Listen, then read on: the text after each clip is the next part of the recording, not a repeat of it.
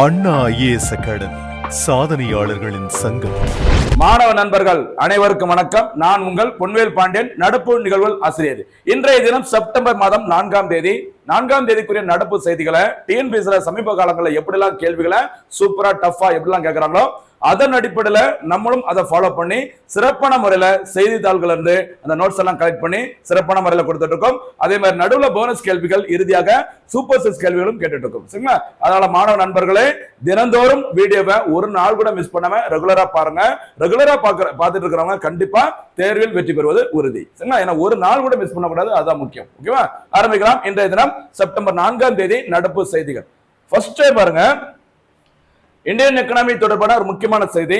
இந்த செய்தி தொடர்ந்து செய்தியாளர் இடம்பெற்று இருக்குது, கவனமா இருக்குமா? செப்டம்பர் 2022 முதல் 5%, 18% ஜிஎஸ்டி.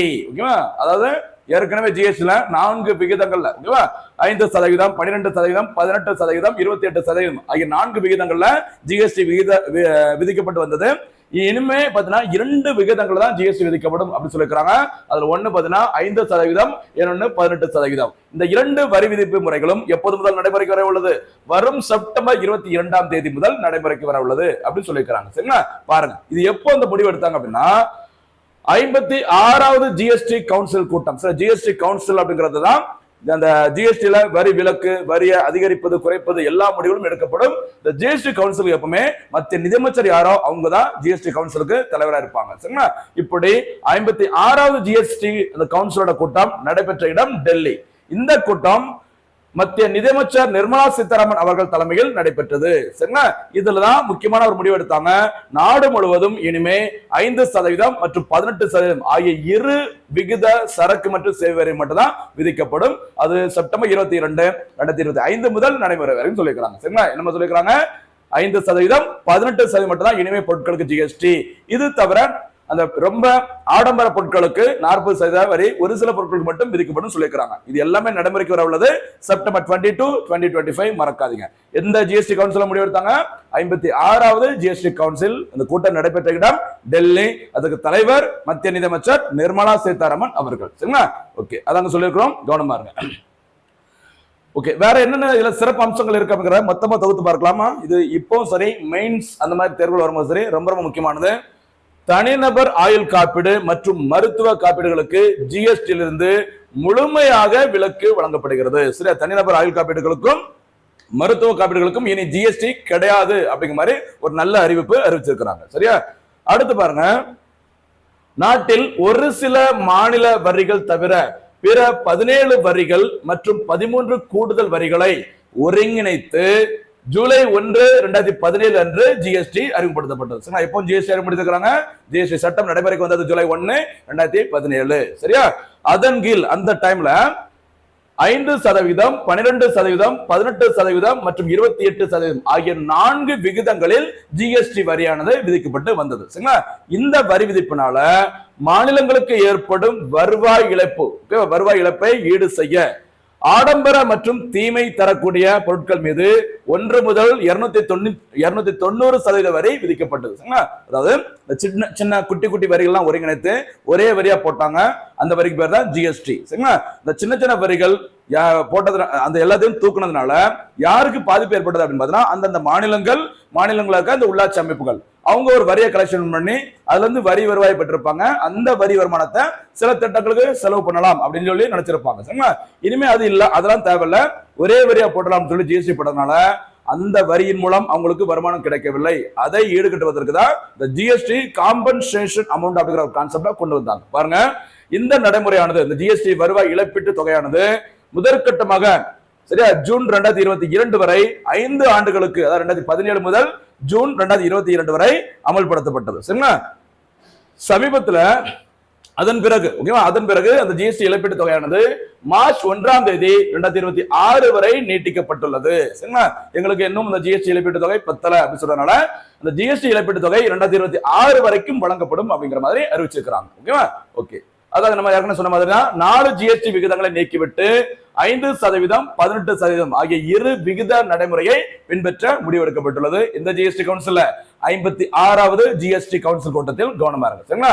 அதே நேரத்தில் சிறப்பு ஜிஎஸ்டி வரியாக சரியா ஆடம்பர பொருட்களுக்கு 40% வரி விதிக்கப்படும். இந்தியாவில் ஜிஎஸ்டி சட்டத்தின்படி அதிகபட்சம் 40% வரைக்கும் ஜிஎஸ்டி போட முடியும். சரிங்களா? இந்த 40% வரி யாருக்கு போட சொல்லியிருக்காங்க? ஆடம்பர பொருட்களுக்கு விதிக்கப்படும் சொல்லியிருக்கிறாங்க. ரொம்ப முக்கியமான செய்திமா எக்கனாமிக்ஸ்ல. சரி, இந்த 56 ஜிஎஸ்டி கவுன்சில்ல என்னென்ன அறிவிப்புகள் அறிவிக்கப்பட்டது, அது செப்டம்பர் 22 முதல் இதெல்லாம் நடைமுறைக்கு வர உள்ளது அப்படிங்கறத பாருங்கம்மா. 12% கீழ் வரி விதிக்கப்பட்டிருந்த 99% பொருட்கள் இனிமேல் 5% கொண்டு வரப்பட உள்ளன. ஞாபகமா 12% கீழே எந்தெந்த பொருட்களுக்கு வரி விதிக்கப்பட்டிருந்ததோ அதுல 99% பொருட்கள் இனிமே எந்த கேட்டகரிக்குள்ள வரப்போகுது? 5%. ஜிஎஸ்டி 5% அந்த லிமிட்டுக்குள்ள வரப்போகுதுன்னு சொல்லிக்கிறாங்க. அதே மாதிரி இதுக்கு முன்னாடி 28% கீழ் வரி விதிக்கப்பட்டிருந்த 90% பொருட்கள் இனிமேல் 18% அந்த ஜிஎஸ்டி வரம்பிற்குள் வரும் சொல்லியிருக்கிறாங்க. ரொம்ப முக்கியமானது, கவனமா இருக்கும். ஓகே, அடுத்து யாருன்னு சொன்ன தனிநபர் ஆயுள் காப்பீடு, ஹெல்த் இன்சூரன்ஸ்லாம், அது தவிர உயிர் காக்கும் மருந்துகளுக்கும் இனிமே ஜிஎஸ்டியில இருந்து விலக்கு வழங்கப்படும். டாக்ஸ் எக்ஸம்ஷன் கொடுக்கிறோம் அப்படின்னு சொல்லியிருக்கிறாங்க. சரியாமா? அடுத்து பாருங்க, வேற என்ன முக்கியமான அறிவிப்புகள் அப்படின்னா, ஆட்டோமொபைல் வாகனங்கள் மீதான ஜிஎஸ்டி வரி 18% குறைக்கப்படுகிறது அப்படின்னு சொல்லியிருக்காங்க. இதுக்கு முன்னாடி எவ்வளவு இருந்தது அப்படின்னா அது 28%, கிட்டத்தட்ட 10% வரியை குறைச்சிருக்கிறாங்க. அதே மாதிரி 350cc திறன், இந்த புல்லட் அந்த மாதிரி பைக்லாம் 350cc திறன் மற்றும் அதற்கு மேல் உள்ள இருசக்கர வாகனங்கள், சொகுசு கார்களுக்கு 40% ஜிஎஸ்டி வரி வசூலிக்கப்படும் அப்படின்னு சொல்லியிருக்காங்க. சரிங்களா? இந்த இடத்துல ஒரு போனஸ் கேள்வி கேட்கணுமா? இந்த கார் பைக்ல எல்லாம் பாத்தீங்கன்னா அந்த 125cc 150cc சொல்லுவாங்களே, இந்த சிசி என்பதன் விரிவாக்கம் என்ன? இது ஒரு போனஸ் கேள்வி, கரெக்டா பதில் சொல்லுங்க பார்க்கலாம். சரியா? அடுத்து சிகரெட் உள்ளிட்ட புகையிலை பொருட்கள், பான் மசாலா, குட்கா, இனிப்பு கலந்த பொங்கலுக்கு 40% சிறப்பு ஜிஎஸ்டி வரி வசூலிக்கப்படும் சொல்லியிருக்கிறாங்க. ஓகேவா? அடுத்து தினசரி மக்கள் பயன்படுத்தும் ஹேர் ஆயில், ஓகேவா, shampoo, toothpaste, soap, shaving cream உள்ளிட்ட எல்லா பொருட்களுக்கும் இனிமே 5% மட்டுமே ஜிஎஸ்டி விதிக்கப்படும் சொல்லியிருக்கிறாங்க. அதே மாதிரி ஏசி, டிவி, கார் உள்ளிட்ட பொருட்களுக்கு பார்த்தீங்கன்னா 18% ஜிஎஸ்டி வசூலிக்கப்படும் சொல்லியிருக்கிறாங்க. இன்னொரு முக்கியமான விஷயம், விவசாய உபகரண பொருட்களுக்கு இனிமேல் 5% மட்டுமே ஜிஎஸ்டி வசூலிக்கப்படும் சொல்லியிருக்கிறாங்க. சரி, அப்ப எல்லாமே கிட்டத்தட்ட ஒரு 8%, 10% அளவுக்கு இந்த ஜிஎஸ்டி ஆனது குறைக்கப்பட்டுள்ளது. சரிங்களா? அடுத்து கல்வி சார்ந்த, சரி, கல்வி சார்ந்த எழுது பொருளான பென்சில், ஷார்ப்னர், கிரயான்ஸ், ஓகேவா, இது எல்லாமே பாத்தீங்கன்னா ஜிஎஸ்டி இருந்து விலக்கு பெறுகிறது. Tax exemption. சரி, கல்வி சார்ந்த எல்லா அந்த எழுது பொருட்கள் எல்லாத்துக்கும் இனிமே ஜிஎஸ்டி கிடையாது சொல்லிருக்காங்க. கண்டிப்பாக இதற்கான எல்லா விலைகளும் செப்டம்பர் 22 அப்புறம் குறையும் என எதிர்பார்க்கப்படுகிறது. சரியா? ரொம்ப முக்கியமான செய்தி பார்த்திருக்கோமா? ஜிஎஸ்டி தொடர்பான செய்தி 100% வர எக்ஸாம்ல கேட்பாங்க, கவனமா இருக்கும். அடுத்த இன்னொரு முக்கியமான ஒரு பொருளாதார செய்தி பாருங்க, இந்தியா இஎஃப்டிஏ வர்த்தக ஒப்பந்தம். சரியா? இஎஃப்டி விரிவாக்கம் பார்த்துக்கோங்க, யூரோப்பியன் ஃப்ரீ ட்ரேட் அசோசியேஷன். சரிங்களா? அதாவது இந்த இஎஃப்டி என்று அழைக்கப்படும் யூரோப்பியன் ஃப்ரீ ட்ரேட் அசோசியேஷன்ல ஒரு 4 நாடுகள் இருக்கிறாங்க. அந்த 4 நாடுகளுக்கும் இந்தியாவிற்கும் இடையே வர்த்தக ஒப்பந்தம் வந்து கையெழுத்தா இருக்கு, தடையற்ற வர்த்தக ஒப்பந்தம். சரிங்களா? என்னன்னு சொல்லி பார்க்கலாம். அதே மாதிரி இது வந்து ஐரோப்பாவில் இருக்கிற 4 நாடுகள், இதே மாதிரி இந்தியாவிற்கும் இங்கிலாந்துக்கும் இடையே சமீபத்துல ஒரு ஒப்பந்தம் கையெழுத்தானது. அதுக்கு என்ன பேர் சொல்லுவாங்கன்னா செட்டா, CETA. சரியா? India UK comprehensive economic and trade agreement சொல்லுவாங்க. சமீபத்துல இந்த ஒப்பந்தங்களை ஷார்ட் நேம் கொடுத்து எந்த நாட்டிடம் இந்தியா மேற்கொண்டது அப்படின்னு சொல்லி கேட்கலாம், கவனமா இருங்க. சரி, அந்த IFTA அப்படிங்கிறது ஐரோப்பிய நாடுகள், இந்த CETA அப்படிங்கிறது இந்தியாவிற்கும் பிரிட்டனுக்கும் மறக்காதீங்க. சரிங்களா? ஓகே, பாருங்க, ஐஸ்லாந்து, லிechtenstein, நார்வே மற்றும் சுவிட்சர்லாந்து ஆகிய 4 நாடுகளை உள்ளடக்கிய ஐரோப்பிய தடையற்ற வர்த்தக ஒப்பந்த கூட்டமைப்புடன் இந்தியா வர்த்தக ஒப்பந்தம் மேற்கொண்டுள்ளது. சரிங்களா? இந்த தடையற்ற வர்த்தக ஒப்பந்தமானது அக்டோபர் 1, 2025 முதல் நடைமுறைக்கு வர உள்ளது. ரொம்ப முக்கியமானதுமா, கவனமா இருங்க. இந்தியாவிற்கும் ஐரோப்பாவில் இருக்கிற 4 நாடுகள், அதாவது EFTA-விற்கும் இடையே இந்த தடையற்ற வர்த்தக ஒப்பந்தம் நடைமுறைக்கு வர உள்ள நாள் அக்டோபர் 1, 2025. சரிங்களா? கடந்த 2024ஆம் ஆண்டு மார்ச் 10ஆம் தேதி இந்தியா மற்றும் EFTA இடையே வர்த்தக ஒப்பந்தம், ஒத்துழைப்புக்கான ஒப்பந்தம் கையெழுத்தானது. சரி, ஃபர்ஸ்ட் ஸ்டார்டிங்ல கையெழுத்தா இருக்கு. அதன் பிறகு என்ன நடந்ததுன்னு சொல்லி பாருங்க. இந்த கூட்டமைப்பில் இடம்பெற்றுள்ள ஐஸ்லாந்து, அந்த லிechtenstein மற்றும் நார்வே ஆகிய 3 நாடுகளும் ஸ்டார்டிங்லேயே அந்த ஒப்பந்தத்தை உறுதி செய்து கையெழுத்து போட்டாங்க. அதுக்கப்புறம் கொஞ்சம் இழுபறியெல்லாம் போய் சமீபத்துல இந்த ஒப்பந்தத்தில் ஓகே சொல்லி இந்த ஒப்பந்தத்தை நடைமுறைப்படுத்திய நாடு சுவிட்சர்லாந்து, மறக்காதீங்க சரிங்களா. இந்த ஒப்பந்தத்தின்படி ஐரோப்பிய தடையற்ற வர்த்தக கூட்டமைப்பில் இடம்பெற்றுள்ள 4 நாடுகளும் இந்தியாவில் அடுத்த 15 ஆண்டுகளில் சுமார் 8.5 லட்சம் கோடி முதலீடு செய்ய உள்ளன. சரி, $100 பில்லியன் அல்லது 8.5 லட்சம் கோடி மதிப்பிலான முதலீடுகளை அடுத்த 15 ஆண்டுகளில் இந்த 4 நாடுகளும் இந்தியாவில் மேற்கொள்ள போறோம் சொல்லியிருக்கிறாங்க. இது எல்லாமே ரொம்ப ஒரு நல்ல அறிகுறி தான். எந்த இலக்கு அடைவதற்கு? அந்த $5 டிரில்லியன் பொருளாதாரத்தை அடைவதற்கு மத்திய அரசு இலக்கு 2025, $20 டிரில்லியன் பொருளாதாரம் 2040 ஆண்டு இலக்கு. இந்த இலக்குகளை அடைவதற்கு இந்த மாதிரி ஒப்பந்தங்கள் ரொம்ப ரொம்ப பயனுள்ளதாக இருக்கும். கவனமா இருங்க. அடுத்து போலாமா? அடுத்து இந்தியன் பாலிட்டி தொடர்பான செய்தி. இது கடந்த வீடியோவோட பார்த்திருப்போம், இருந்தாலும் தனியா ஒரு செப்பரேட்டா நம்ம பிரிச்சு கொடுத்துருக்கோம் பாருங்கம்மா. இந்திய குடியுரிமை திருத்த சட்டம் 2019 சரிங்களா. இந்த சிட்டிசன் அமெண்ட்மெண்ட் ஆக்ட் வந்து 2019 கொண்டு வந்திருக்காங்க. அதுல என்ன இருக்கு அப்படிங்கறத கொஞ்சம் பாருங்கம்மா சரிங்களா. இந்த சட்டத்தின்படி, இந்த சிட்டிசன்ஷிப் அமெண்ட்மெண்ட் ஆக்ட் 2019 அதன்படி பாகிஸ்தான், வங்காளதேசம், ஆப்கானிஸ்தான் ஆகிய நாடுகளில் இருந்து டிசம்பர் 31, 2014 இந்த டிசம்பர் 31, 2014 அப்படிங்கறத சமீபத்துல 2024 ஆண்டு மாற்றி இருக்கிறாங்க. அது கடைசியா சொல்லலாம். ஆரம்பத்துல டிசம்பர் 31, 2014 ஆண்டிற்கு முன்பாக இந்தியாவில் புலம்பெயர்ந்து குடியேறிய மத சிறுபான்மையினர், ஓகேவா, மத மைனாரிட்டிஸ், ரிலிஜன் அந்த மைனாரிட்டிஸ் குரூப் யாரெல்லாம் அப்படின்னு பார்த்தீங்கன்னா ஒரு 6 மத பிரிவினர்கள். அதுல ஒருத்தங்க இந்துக்கள், அடுத்த சீக்கியர்கள், சமணர்கள், புத்தர்கள், பார்சி இனத்தவர்கள் மற்றும் கிறிஸ்தவர்கள் ஆகிய மத சிறுபான்மை மக்கள் எங்க வசிக்க வேண்டும்? ஆப்கானிஸ்தான், பாகிஸ்தான், வங்கதேசம்.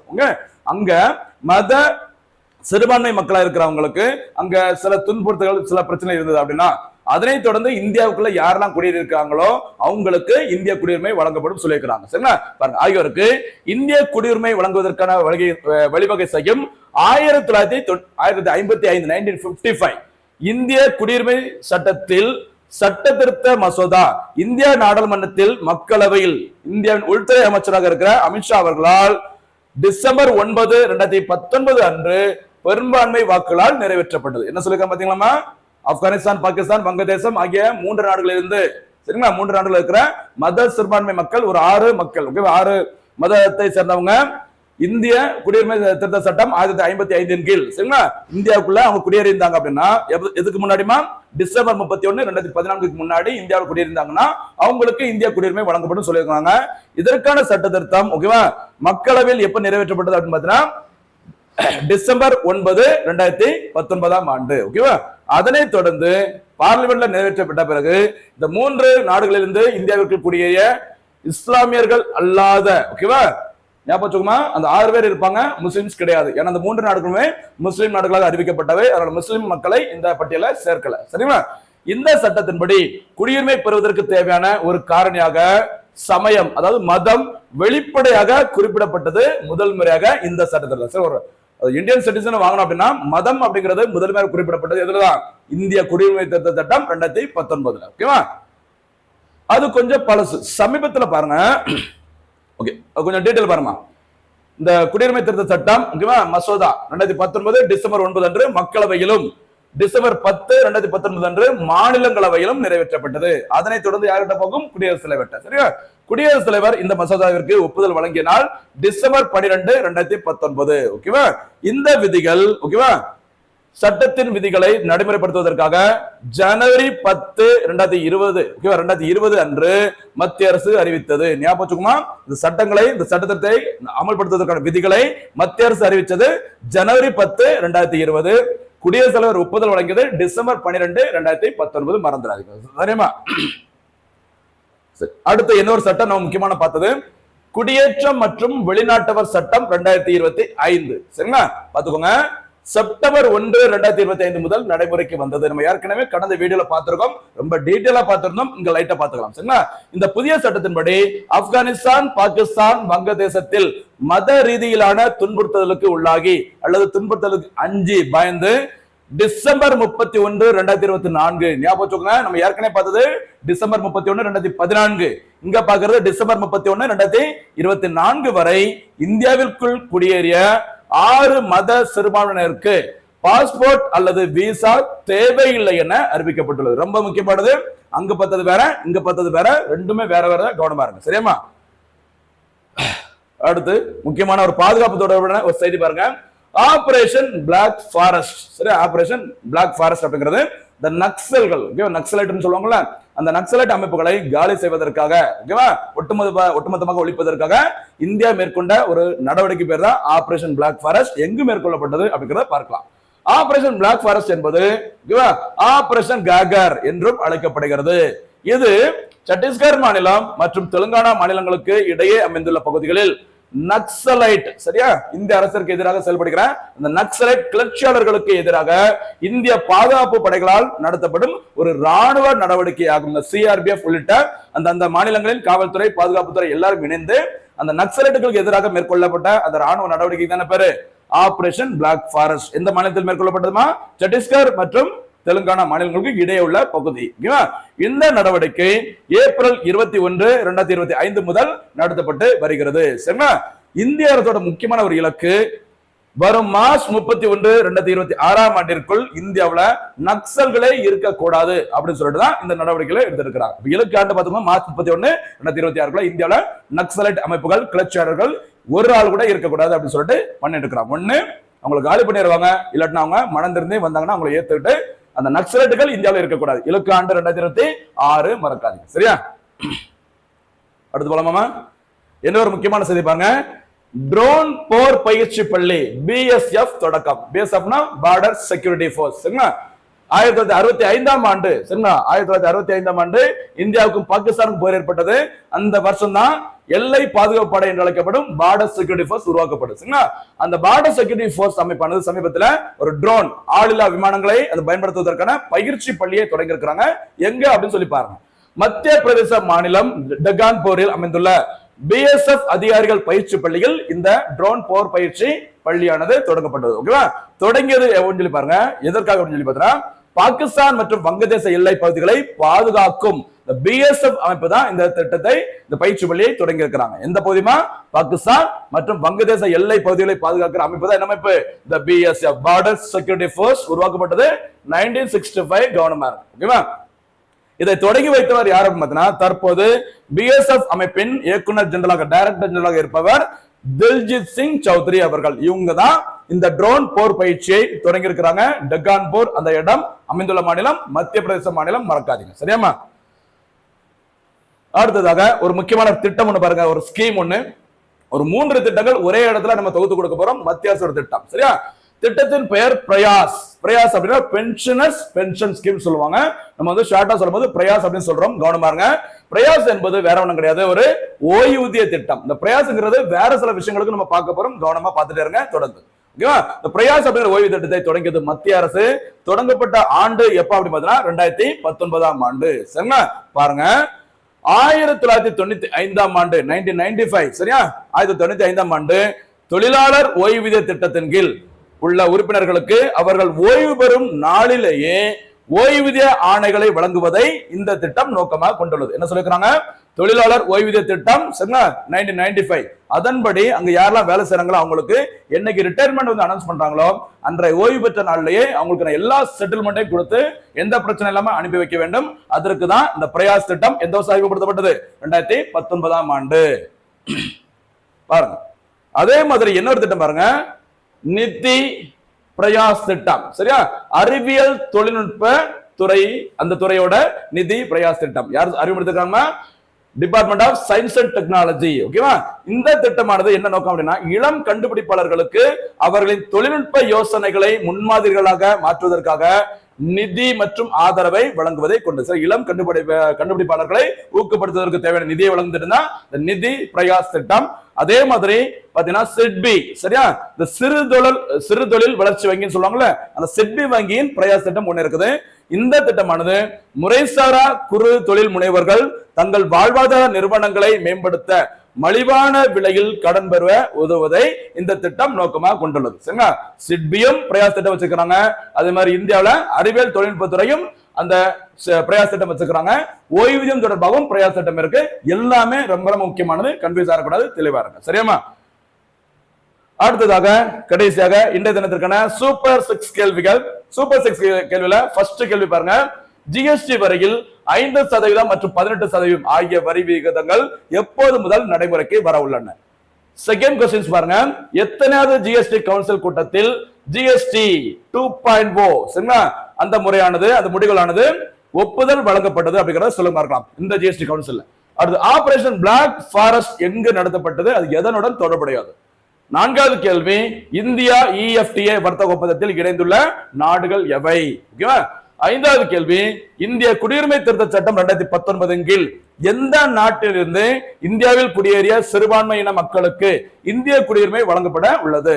ஆறாவது கேள்வி, குடியேற்ற மற்றும் வெளிநாட்டவர் சட்டம் 2025 அந்த சட்டமானது எப்போது முதல் நடைமுறைக்கு வந்தது? சரியா, அல்லது வர உள்ளதுன்னு சொல்லிக்கோங்க. ஓகேவா? ரொம்ப முக்கியமானதா எல்லா கேள்விகளும் வீடியோ ஃபுல்லா பாருங்க. அனைத்து கேள்விகளுக்கும் சிறப்பான முறையில பதில் சொல்லிட்டு வாங்க. அருமையான ஒரு வேலை வாய்ப்பு சீக்கிரம் நமக்கு கிடைக்கும் என்பதில் எந்த ஒரு மாற்றமும் இல்லை. மீண்டும் சந்திக்கலாம். நன்றி, வணக்கம்.